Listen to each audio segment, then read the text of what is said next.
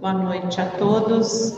Sejam bem-vindos à casa de Dr. Bezerra de Menezes, este posto de trabalho de nosso Senhor Jesus, aqui no plano físico. E para iniciar o nosso estudo dessa noite, eu vou ler um texto maravilhoso do livro Pão Nosso, que se intitula Oração. E ele se inicia com uma frase de Paulo aos Colossenses que diz assim: perseverai em oração, velando nela com ação de graças. Muitos crentes estimariam movimentar a prece qual se mobiliza uma vassoura ou um martelo. Exigem resultados imediatos por desconhecerem qualquer esforço preparatório. Outros perseveram na oração, mantendo-se, todavia, angustiados e espantadiços. Desgastam-se e consomem valiosas energias nas aflições injustificáveis. Enxergam somente a maldade e a treva e nunca se dignam examinar o tenro broto da semente divina ou a possibilidade próxima ou remota do bem. Encarceram-se no lado mau e perdem, por vezes, uma existência inteira sem qualquer propósito de se transferirem para o lado bom. Que probabilidade de êxito se reservará ao necessitado que formula uma solicitação em gritaria com evidentes sintomas de desequilíbrio? O concessionário sensato de início adiará a solução, aguardando prudente que a serenidade volte ao pedinte. A palavra de Paulo é clara nesse sentido. É indispensável persistir na oração, velando nesse trabalho com ação de graças. E forçoso é reconhecer que louvar não é apenas pronunciar votos brilhantes, é também alegrar-se em pleno combate pela vitória do bem, agradecendo ao Senhor os motivos de sacrifício e sofrimento, buscando as vantagens que a adversidade e o trabalho nos trouxeram ao espírito. Peçamos a Jesus o dom da paz e da alegria, mas não nos esqueçamos de glorificar-lhe os sublimes desígnios, toda vez que a sua vontade misericordiosa e justa entra em choque com os nossos propósitos inferiores. E estejamos convencidos de que oração intempestiva, constituída de pensamentos desesperados e descabidas exigências, destina-se ao chão renovador, qual acontece à flor improdutiva que o vento leva. Oração com coração. Então vamos fazer as nossas petições a Jesus. Amado Mestre, Senhor das nossas vidas, aqui estamos reunidos, Senhor, em seu nome, buscando o conhecimento que norteará as nossas ações nesse plano existencial. Rogando que o Senhor nos envolva nos seus fluidos divinos, concedendo-nos a capacidade de absorvermos o estudo que a nossa irmã Ana nos fará hoje. E principalmente fortalecendo-nos na prática, no exercício de tudo o que aqui temos aprendido. Envolvei-nos, Senhor, na sua luz e derrama sobre todos nós as suas bênçãos, assim como a todos os nossos entes queridos, encarnados e desencarnados. Envolva também, Senhor, aqueles nossos irmãos cujos nomes se encontram nos nossos livros de preces, que cada um seja acolhido e amparado conforme a necessidade de agora. Que o Senhor esteja presente em nossas vidas, em nossas ações, em nossas palavras e em nossos pensamentos.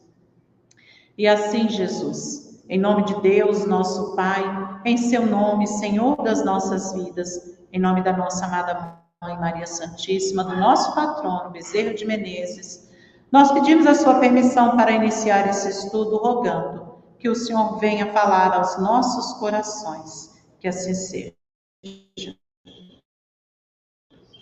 Então, meus irmãos, nós vamos ficar agora com o estudo da nossa irmã Ana.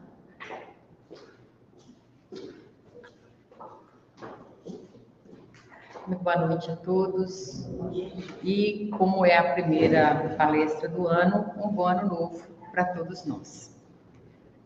A gente escolheu o tema Dias Melhores Virão e não tem como a gente falar de dias melhores sem lembrar de Jota Quest. Né? Dias melhores. É mais do que uma poesia, é mais do que uma música, é uma obra de arte. Vivemos esperando dias melhores, dias de paz, dias a mais, dias que não deixaremos para trás. Vivemos esperando o dia em que seremos melhores, melhores na dor, melhores no amor, melhores em tudo. Vivemos esperando o dia em que seremos para sempre. Vivemos esperando dias melhores para sempre. De tudo que nós queremos reforçar aqui, vivemos esperando. O espírita pode viver esperando. Há uma reflexão que diz o seguinte: há 1000 Hamlet em 1000 espectadores de Hamlet. O que isso quer dizer para a gente? Cada pessoa que assiste a peça de Shakespeare vai ler uma peça. Um vai entender melhor o próprio Hamlet, o outro vai se apegar ao tio, se apegar ao rei, se apegar àquele monte de coisas ali, mas cada um vai ter a sua visão. Isso traz para a gente um entendimento de que há um amplo espectro em que nos situamos ao definir dias melhores. Então, aquilo que eu digo, eu estou aguardando um mundo de paz. O que é paz para mim? O que é paz para você? Né? Às vezes, paz para um é pegar um chinelão, passar o dia inteiro deitado numa cama. Para outro, paz, sentar na beira do rio, com a varinha de pescar, e aguardar o tempo passar. Às vezes, nem precisa do peixe chegar, basta estar lá. Para outros, é estar no meio de uma guerra, mas sabendo que pode estender a mão para um daqueles que estão ali envolvidos, oferecendo um tanto de esperança, um tanto de possibilidades. Então, pensar nisso daí nos faz olhar para esses convites, para essas reflexões, de uma maneira mais ampla, sem julgar o outro e sem se sentir excessivamente culpado de pensar diferente do outro. Então, vamos pensar juntos sobre dias melhores. Para o enfermo, seria um dia sem dor. Talvez não necessariamente dia de cura, porque há enfermidades que a pessoa tem certeza que não vai obter a cura. Por exemplo, uma pessoa que sofra uma amputação. Por mais esperançosa, por mais otimista que ela seja, ela sabe que aquele membro não vai ser restaurado. Mas não sentir dor, não se sentir deficiente, isso é paz, são dias melhores. Para o faminto, a mesa farta. Talvez nem precise de uma variedade de alimentos, mas o suficiente para suprir a sua necessidade nutricional, a sua segurança, porque a alimentação promove a vida em cada um de nós. Para o órfão, uma família. E muitas vezes, família nem é sinônimo de segurança, nem é sinônimo de sucesso, mas quem não está lá dentro vai pensar assim: a única coisa que eu queria agora é ter uma família.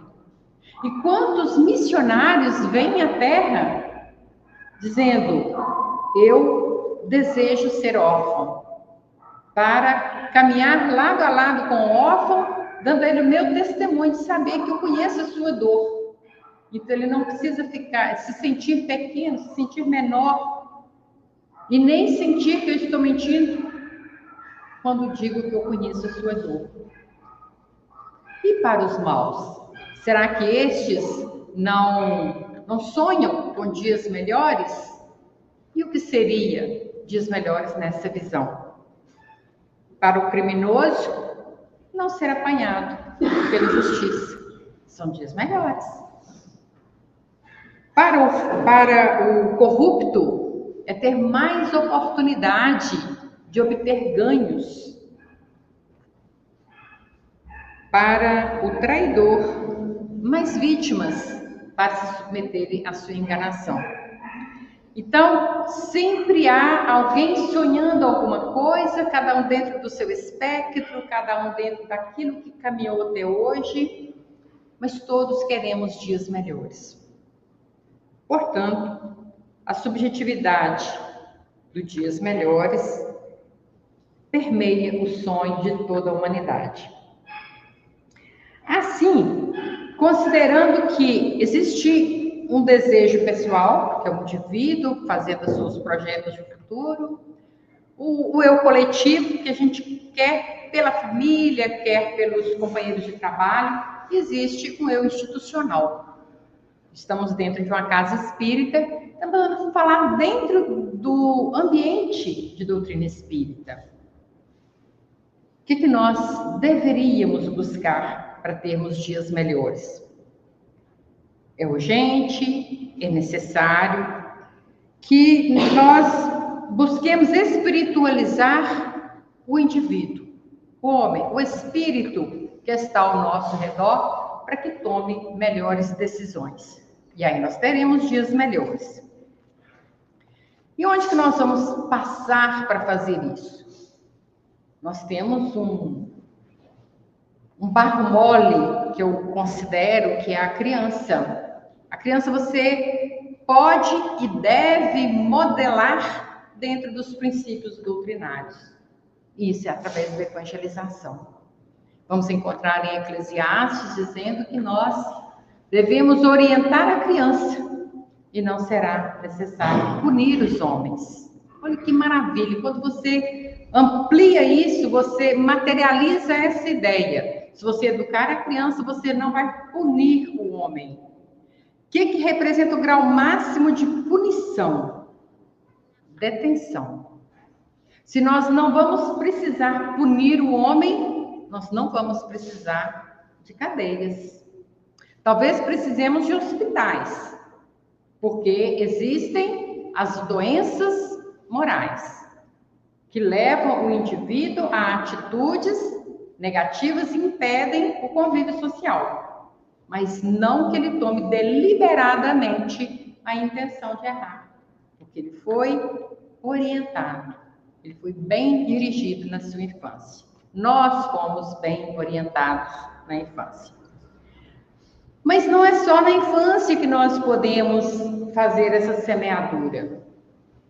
Dizem-nos os espíritos que esse plantio pode ser feito com muita segurança, com muita produtividade, até os 14 anos. Ou seja, até a juventude, a primeira juventude. Agora a gente tem a adolescência até os 30, mas vamos continuar lá até os 14 anos, né? Então, na nossa juventude espírita, nós continuamos fazendo essa modelagem, continuamos ornamentando esse espírito para que ele solidifique o conhecimento, que ele faça uma análise proveitosa daquilo que ele viveu em outras encarnações, que ele está buscando agora para formar a síntese de um novo homem. Nos diálogos mediúnicos, nós também temos a oportunidade de fazer esse trabalho de espiritualização do espírito. Aí, mas como assim espiritualizar o espírito? Ele já não é um espírito? Espiritualizar quer dizer moralizar. Nós estamos falando aqui daquele que transcende o olhar comum, a materialidade, porque nós podemos ser materialistas mesmo sendo espíritos, né, para entender o processo de onde nós estamos vivendo verdadeiramente. Lembrando que nós somos espíritos imortais.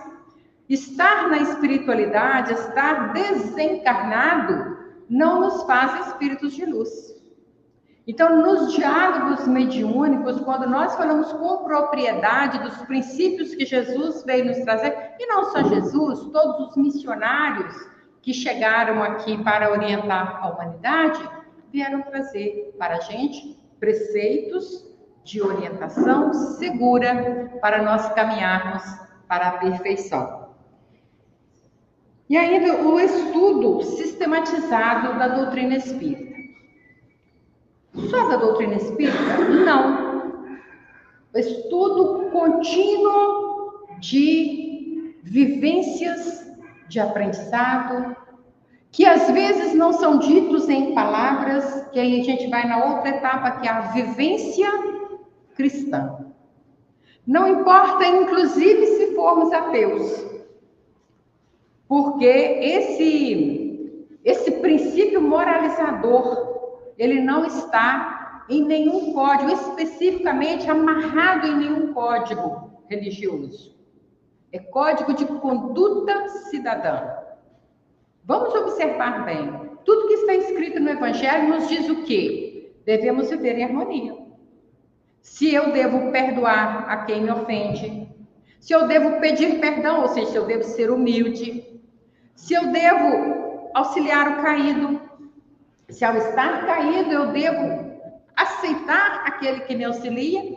Então é um código de conduta cidadã. E se isso tudo estiver bem, o nosso mundo será muito melhor.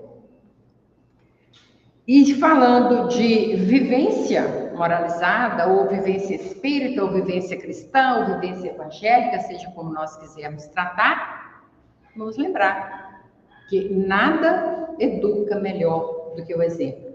Aliás, o Rossandro Klingen diz que não existe outro método para educar senão o exemplo.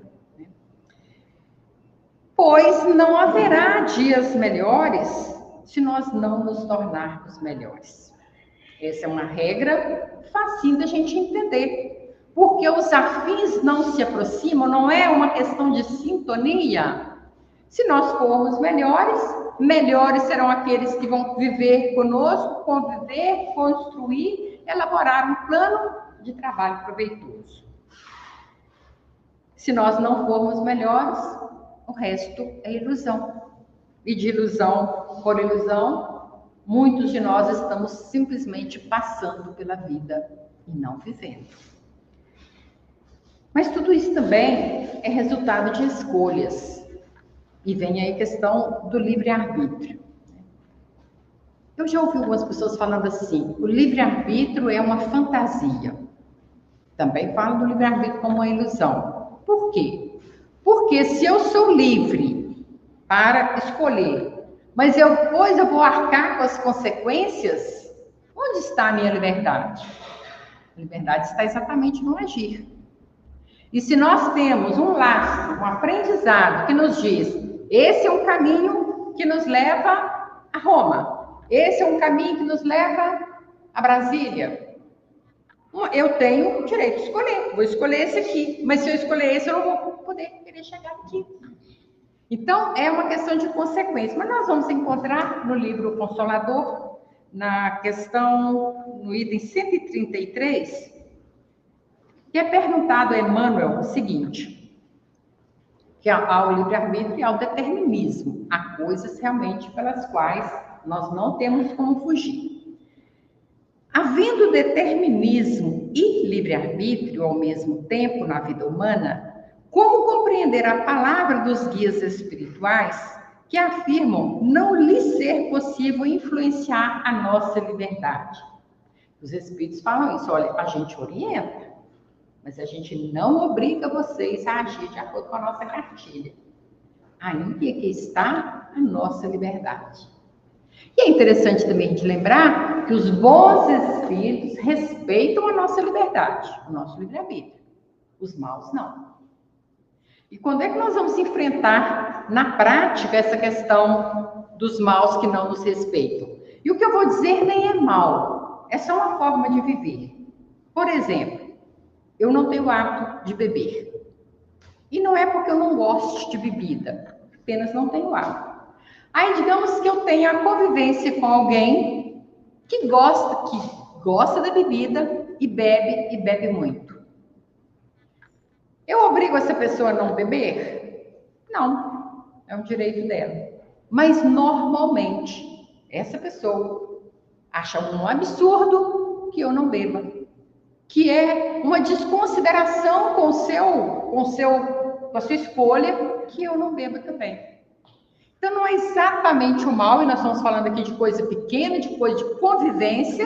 Muitos de vocês, naturalmente, já passaram por essa situação de recusar um cigarro, de recusar uma bebida, de recusar uma virada na noite. Outros falam assim, mas você está perdendo tempo. Não, o que é isso? Você não está vivendo? Cada um vive de um jeito. Deveria viver de um jeito de acordo com as suas escolhas, né? Mas, então, os espíritos não exigem essa conduta, a gente agir de acordo com eles.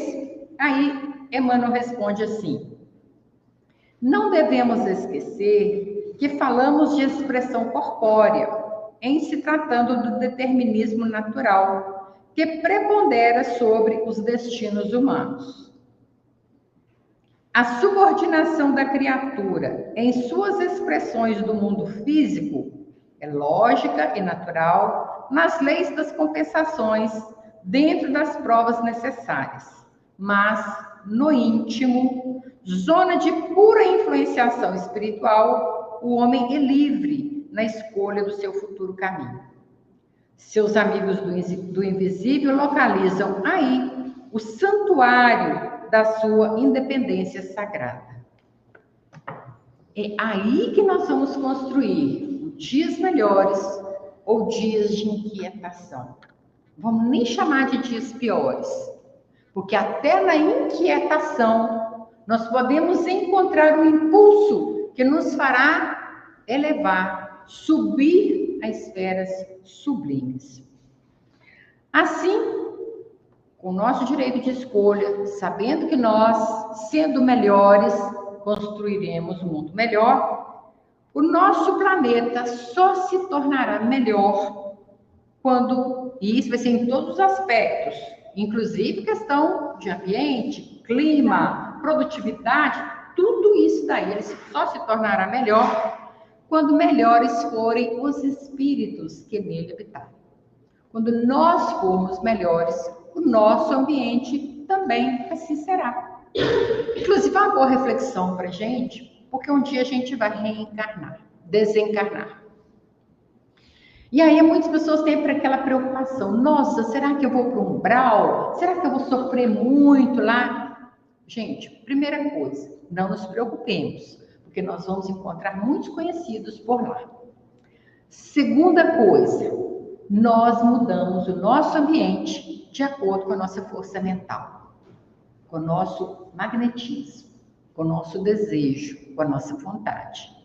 Então, a gente pode mudar tudo, inclusive redecorar a nossa casinha lá, se tiver que ser no umbral. E não nos tornaremos melhores sem o esforço da reforma íntima, silenciosa, difícil, persistente, contínua, até a perfeição.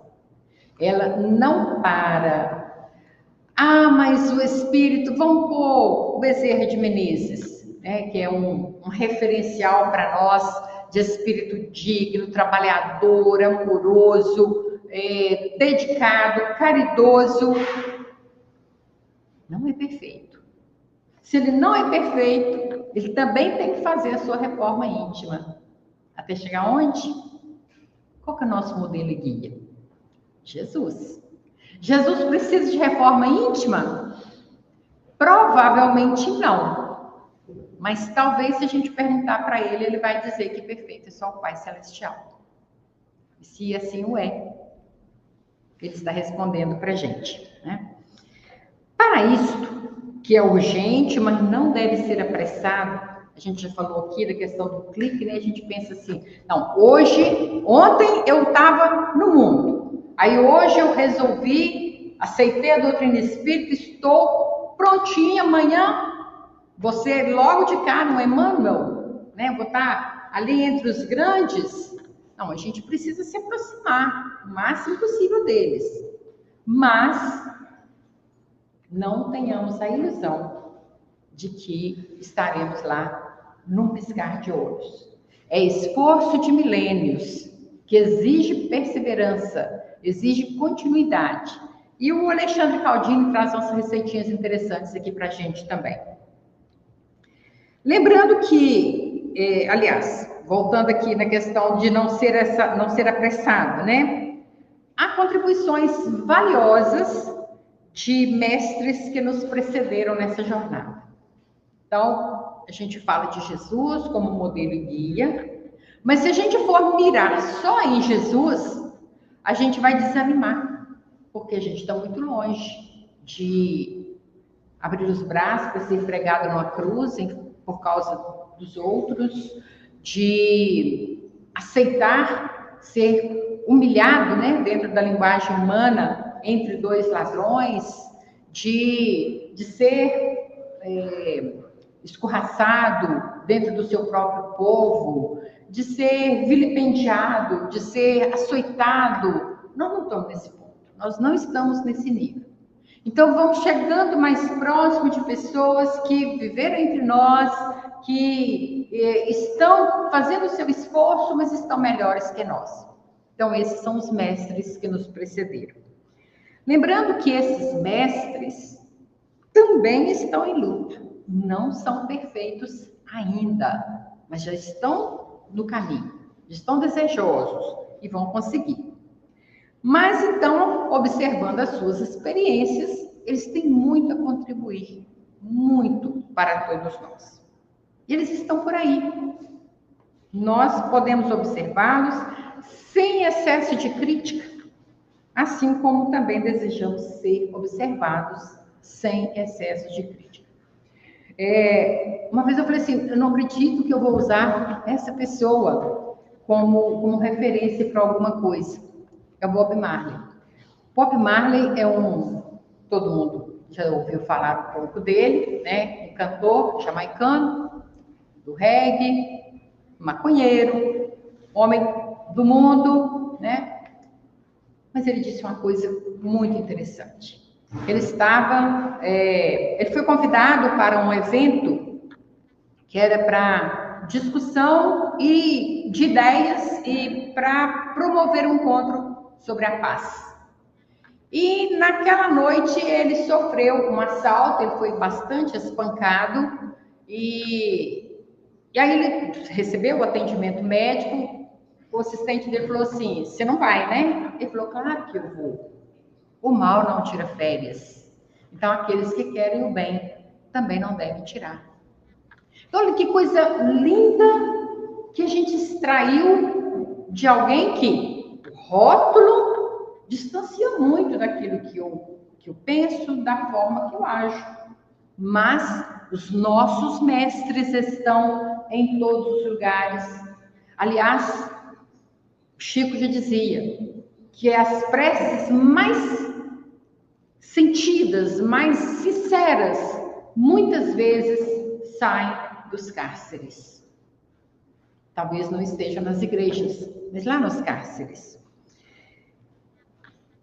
Na verdade, nós trazemos fardos, e alguns até muito pesados, alguns do passado, outros dessa vida mesmo, porque de acordo com as nossas escolhas, nós tomamos atitudes que levam a erros que são fardos de arrependimento, fardos de remorso mesmo, né? Então, esses fardos, eles são tão pesados que muitas vezes nós não aguentamos carregar sozinhos. Então, nós precisamos uns dos outros para prosseguir na nossa jornada e podermos sonhar com dias melhores. Os dias melhores têm que estar sempre que bem projetado para a nossa existência. Agora, se eles são do passado, se eles são do presente, isso nem importa muito. O que deve importar para nós é tratá-los com respeito, reconhecê-los na sua gravidade, na sua intensidade, no impacto que eles geram para nós e aprender com eles. E quando nós aprendemos com esses fardos, muitos deles que nós não queríamos abrir para ninguém, nós vamos nos transformar. Mas nos transformar de uma tal maneira que olhando, aí é quase um clique. Aquele que ontem eu era uma coisa, hoje já consigo enxergar que aquilo não me serve mais.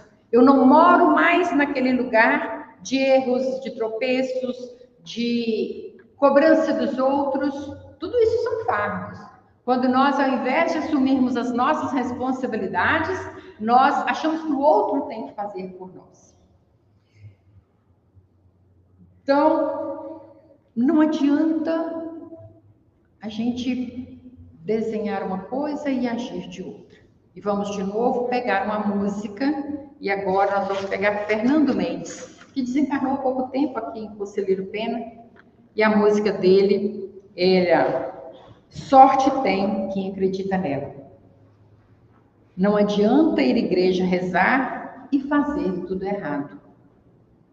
Você quer à frente das coisas olhando de lado. O sol que te cobre não cobra a luz da manhã. Desperta para a vida, acredite, a sorte é irmã. É sorte ter dias melhores? Nossa, é uma aventura, é uma dádiva, é uma alegria, mas não cai do céu. O que nós já trazemos conosco, que nós caímos do céu ao reencarnar, é todo esse programa, primeiro, de querer que hajam dias melhores. Segundo, que esses dias melhores não sejam só para nós. E terceiro, a força e a vontade de concretizá-los. Isso, livre-arbítrio, aceitando o determinismo das coisas que nós não podemos mudar, mas buscando a sabedoria de distinguir uma coisa de outra. Agora, no final de ano, a gente recebe uns vídeos muito interessantes, né? Então, tinha um falando, a gente não vai falar dele todo, né? Que é às vezes a gente se engana, a gente vai ser desonesto consigo mesmo, e Claudine vai falar também daqui a pouco sobre isso, que a gente deseja a paz no mundo. Normalmente não é isso, né? Quero que a paz no mundo, prosperidade para todos, esperança, luz e tal, maravilha. E aí a gente tem um comércio. E alguém vai e abre um comércio da mesma natureza que o nosso. E aí a gente começa. Podia acontecer alguma coisa para ele quebrar. Podia acontecer alguma coisa, entrar um ladrão lá e ele perder tudo. Onde está, de fato, o nosso desejo sincero de paz nos homens? Glória a Deus nas alturas e paz na terra aos homens de boa vontade. Fazemos parte desse exército de boa vontade? Ou torcer para que o vizinho sofra um acidente? Isso faz sentido? Não faz. Se formos seguidores do Cristo, não faz de jeito nenhum. Mas já que preciso ser melhor para merecer o melhor, para atrair o melhor, vamos voltar ao tópico, então, da reforma íntima. Né? Nós falamos que nós precisamos ser melhores, para isso é preciso a reforma íntima. Aproveitando que nos 20 anos da Jornada pela Paz, o tema vai ser gentileza, que tal a gente começar praticando a gentileza? Nós podemos começar por aí, mas cada um pode olhar para dentro de si mesmo e pensar, existe algo que eu posso fazer que vai melhorar o mundo. Primeiro vai melhorar o meu mundo, depois vai melhorar o meu redor, e depois vai ampliando, vai melhorar o mundo e teremos então dias melhores. Então vamos praticar a gentileza nas palavras e para isso ela terá primeiro que ter sido forjada no nosso pensamento, no nosso sentimento, gentileza nas ações, gentileza nos gestos, gentileza no olhar. Dá para ser. Não exige muito. Só isso. Gentileza. Com o exercício, nós adquirimos o hábito. E talvez até passemos a gostar. Com o hábito, nós adquirimos, então, a segunda natureza. Nós já não vamos mais precisar fazer força, lembrar que precisamos ser gentis. Já vai ser naturalmente que nós vamos olhar, porque a gentileza, na verdade, é um carinho, não é isso? Então, olhar com carinho para a vida, para o mundo, para as pessoas. Como o mundo é um campo fértil, pronto para receber a boa semente, para ser cultivado, pelo efeito espelho, ele devolve aquilo que a gente lança. Que bom que é ser tratado com a gentileza. Nesse mundo de velocidade, todo mundo está, até no áudio, né, no celular, a pessoa já não está aguentando mais ouvir na velocidade normal, passa para 50%, 100% de velocidade, e a pouco você nem escuta o que a pessoa está falando, mas já o escutou. Então, nesse mundo de velocidade, a gente não está tendo paciência para lidar. E é bom quando você chega perto de alguém e aquela pessoa te trata com gentileza.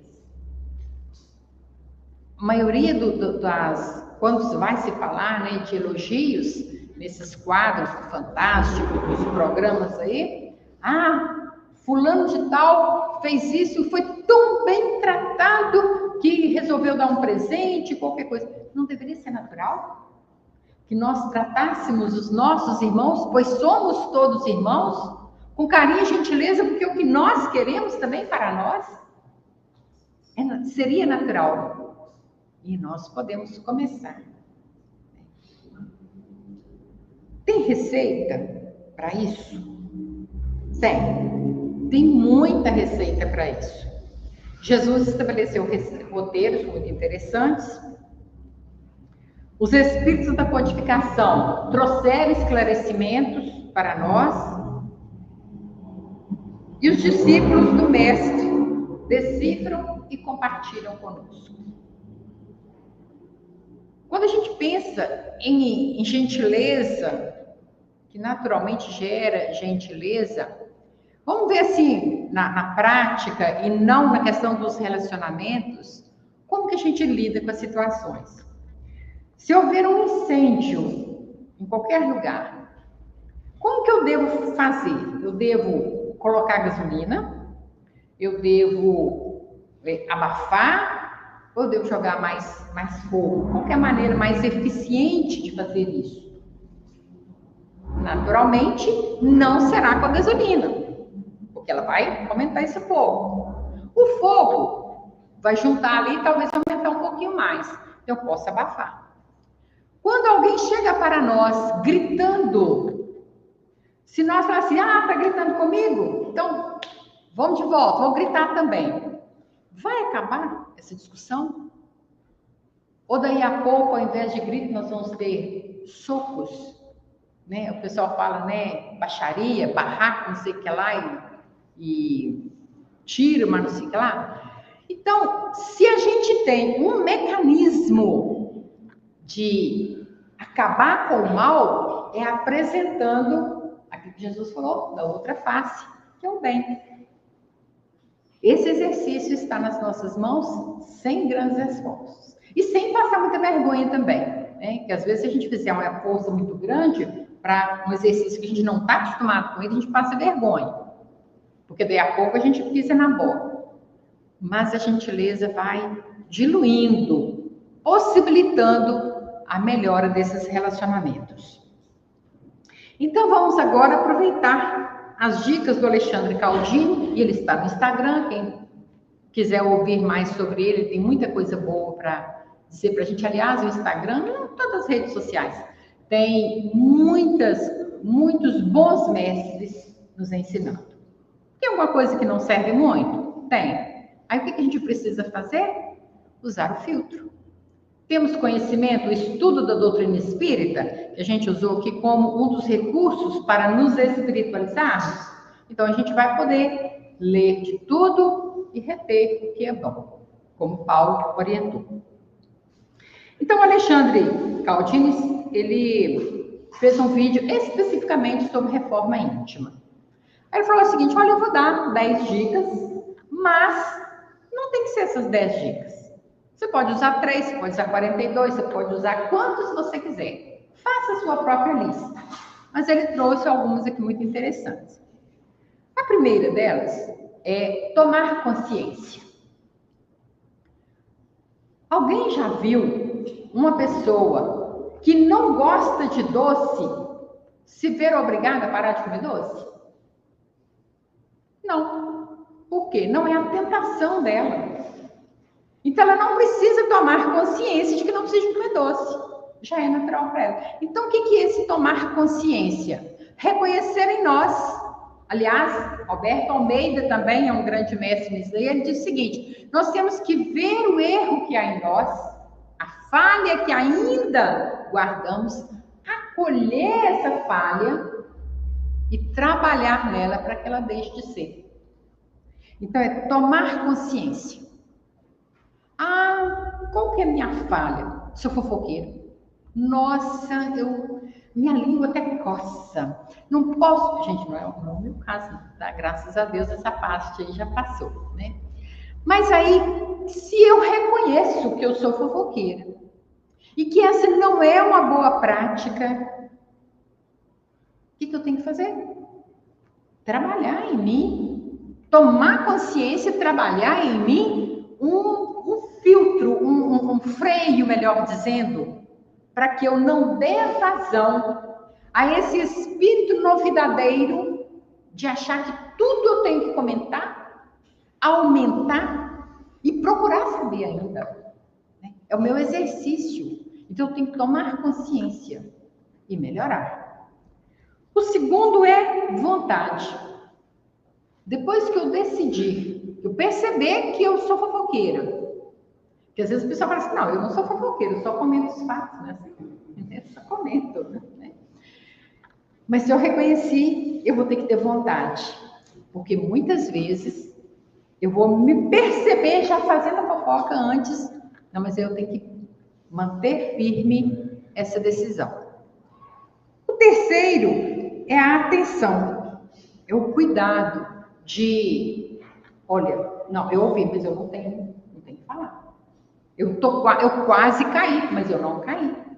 E se eu cair? Comece de novo. Não é um passo de cada vez? Quem é que vence uma jornada de 10 quilômetros sem ter caminhado o primeiro passo? Nenhum de nós. Então, é preciso que a gente tenha essa persistência, vai estar mais à frente um pouquinho, que é a perseverança, né? A autoanálise. Por quê? Por que eu tenho essa vontade, essa cobrança de mim mesma de estar falando mal dos outros? Ah, é porque alguém falou mal de mim uma vez, aí depois eu quero cobrar do mundo. Mas para que isso? O que eu ganho de fato com essa atitude? O quinto, honestidade. Quantas vezes a gente fala assim, aquilo que eu brinquei aqui, né? Eu não sou fofoqueira, eu comento fatos. Isso é uma desonestidade.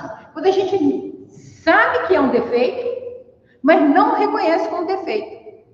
Deixa rolar. E enquanto a gente não fizer, não tomar essa consciência, nós não vamos fazer essa transformação.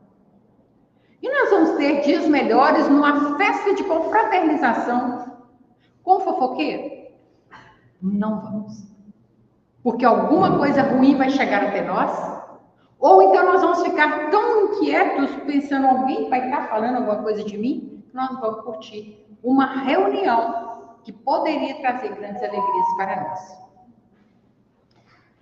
Coragem é o sexto elemento. Ser diferente dá muito trabalho.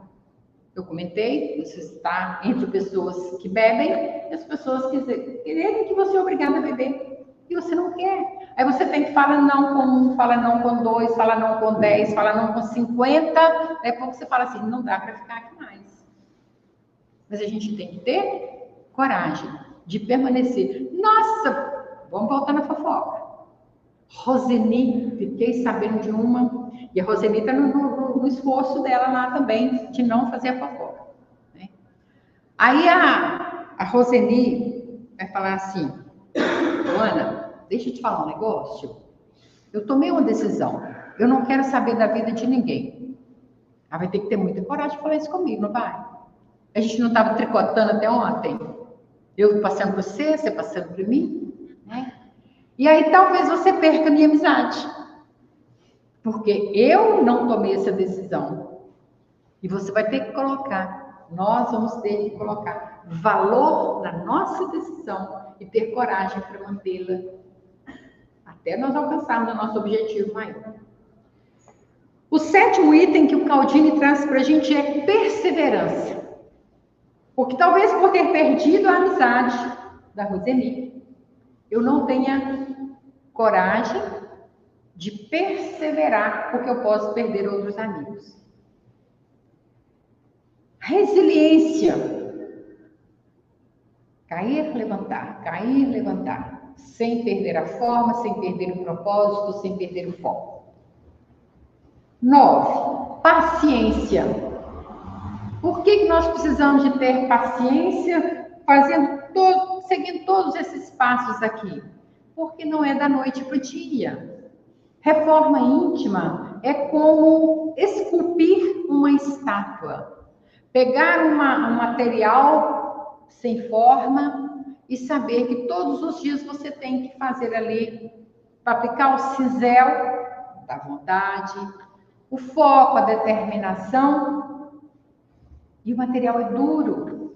Nós estamos acostumados com essa personalidade, talvez há 3, 4 encarnações, então vai ser difícil, mas não vai ser impossível. Então nós vamos ter que ter paciência. E por último, muito interessante, que eu acho muito importante também, que é a automotivação. Reconhecer quando a gente conseguiu. Aplaudir-se. Ah, mas isso aí é vaidade. Como que a gente estimula uma criança que está aprendendo a andar, ou que está aprendendo a andar de bicicleta? Não, você vai conseguir. Não, parabéns para você, você já conseguiu. Olha, você andou 1 metro. Ele vai ter que andar fora. Mas ele andou 1 metro, parabéns. Por que a gente não vai fazer isso com a gente mesmo? Quando é que a gente vai reconhecer que merece o aplauso de si mesmo? E merece o reconhecimento dos outros também? Isso não é vaidade.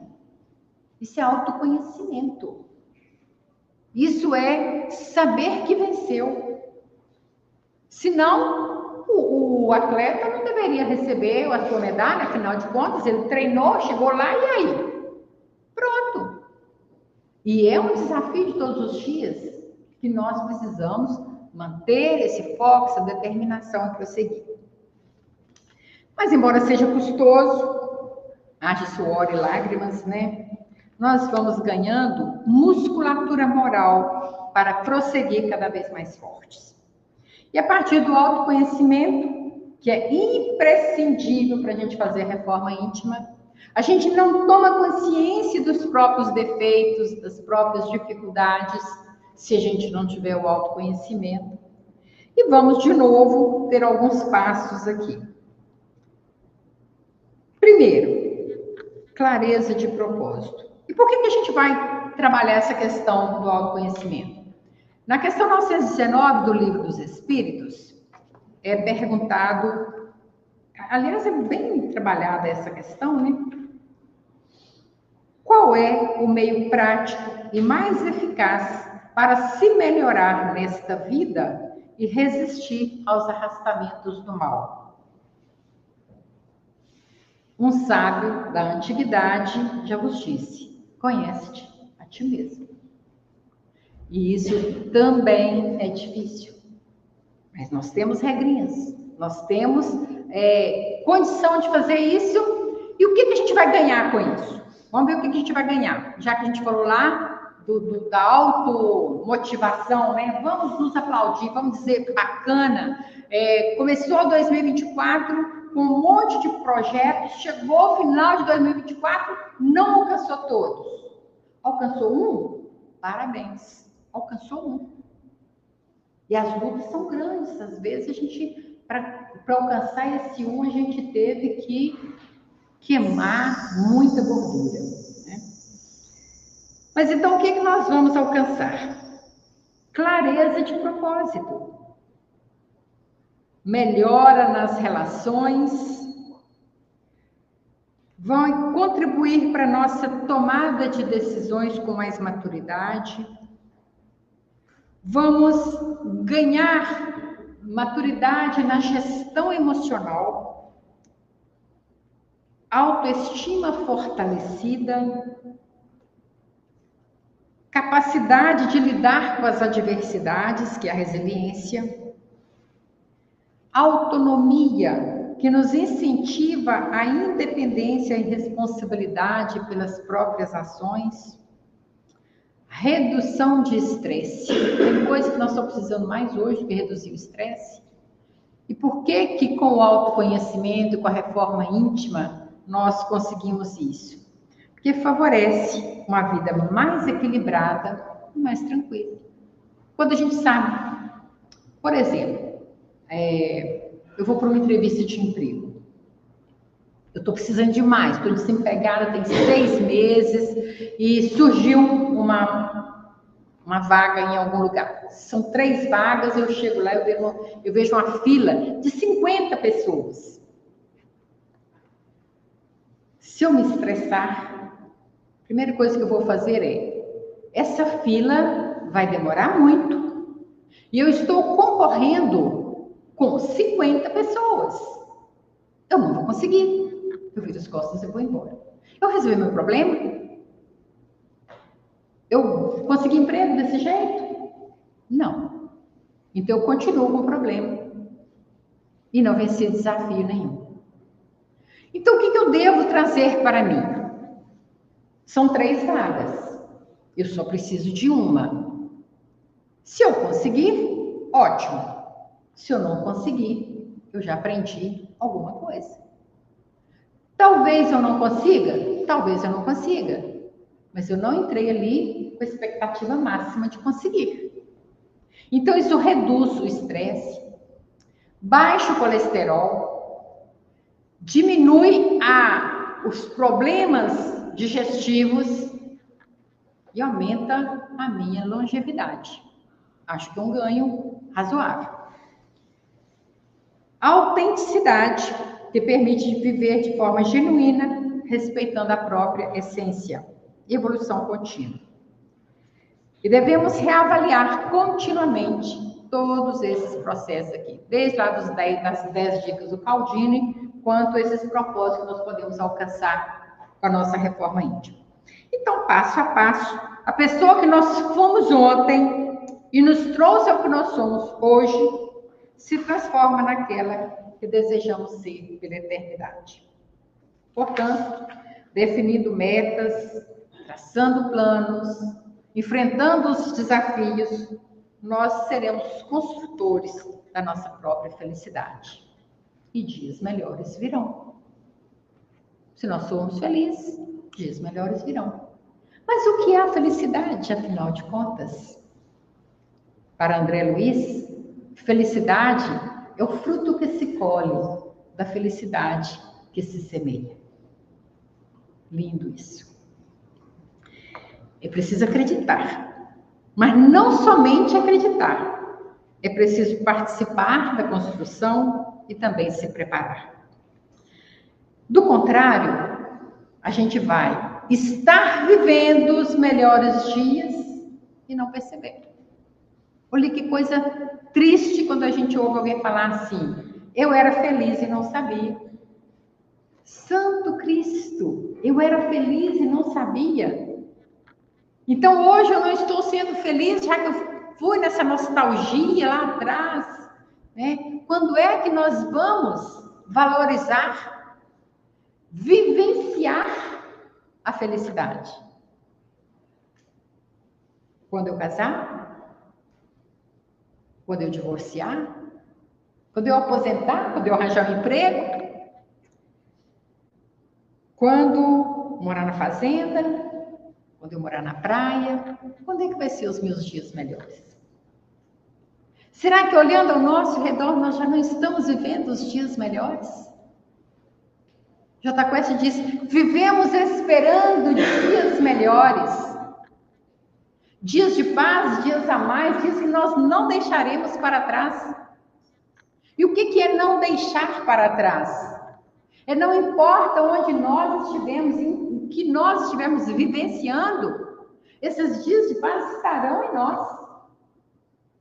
E por que para sempre? Porque nós não vivemos só essa existência. Nós somos espíritos imortais, nós podemos carregar essa ideia, essa decisão por toda a eternidade. E a eternidade é um tempo que não se conta. Não existe eternidade 1, eternidade 2, existe século 1, século 2, mas a eternidade não se conta. E nós podemos viver tempos melhores, sempre. Tempos que não deixaremos para trás. Será que ainda estamos fazendo cara de paisagem?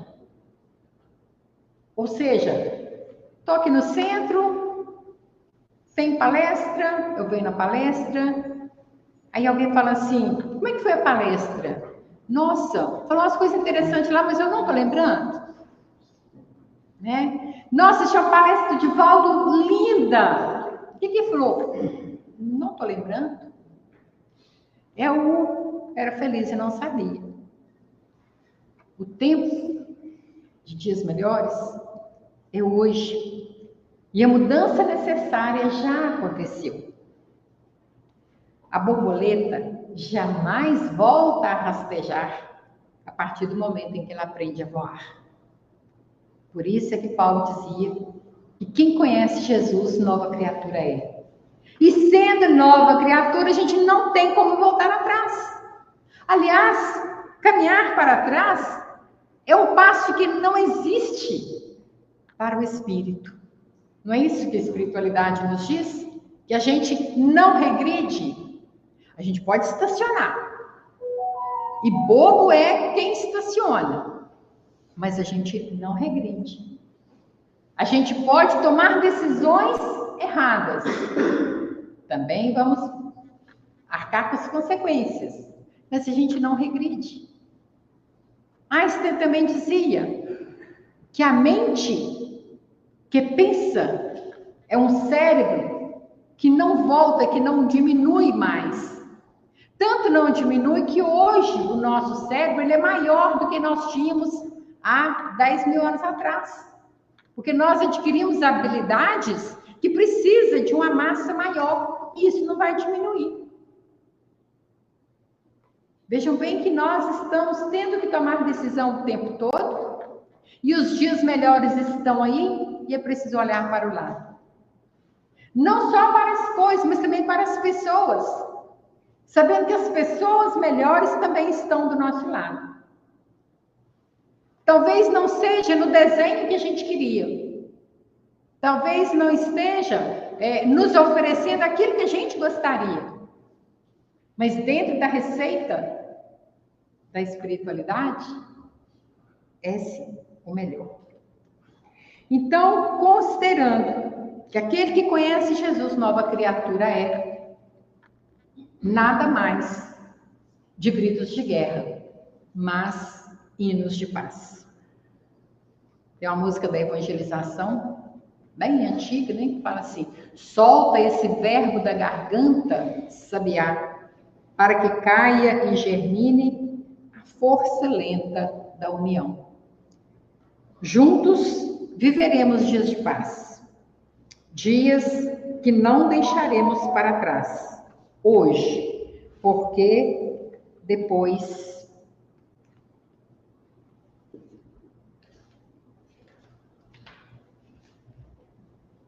Toda gente conhece a ciência de começar as boas obras. Aceita-se o braço de um benfeitor com exclamações de júbilo. Todavia, depois, quando desaparece a necessidade, cultiva-se a queixa descabida no rumo da ingratidão declarada, afirmando-se: ele não é tão bom quanto parece. Inicia-se a missão de caridade com entusiasmo santo, contudo, depois, ao surgirem os primeiros espinhos, proclama-se a falência da fé, gritando com toda a força: não vale a pena. Empreende-se a jornada da virtude e aproveita-se o estímulo que o Senhor concede à alma através de 1000 recursos diferentes.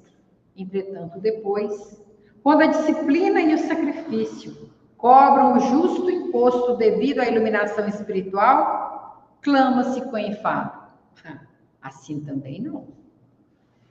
Ajuda-se a um companheiro da estrada com extremado carinho, adornando-se-lhe o coração de flores encomiásticas. No entanto, depois, se a nossa sementeira não corresponde à ternura exigente, abandonamo-lo aos azares da senda, asseverando com ênfase: não posso mais. Todos sabem principiar o ministério do bem. Poucos prosseguem na lei salvadora. Raríssimos terminam a tarefa edificante. Entretanto, por outro lado, as perigosas realizações da perturbação e da sombra se concretizam com rapidez. Um companheiro começa a atrair os seus compromissos divinos e efetua sem demora o que deseja. Outro inicia a plantação do desânimo e rapidamente alcança os fins a que se propõe. Outro ainda inicia a discórdia e sem detença cria a desarmonia geral. Realmente é muito difícil perseverar no bem e sempre fácil atingir o mal. Todavia, depois, e nós precisamos envidar todos os esforços para que dias melhores sempre nos alcancem, mas que nós façamos dos dias de hoje dias melhores para sempre. Obrigada.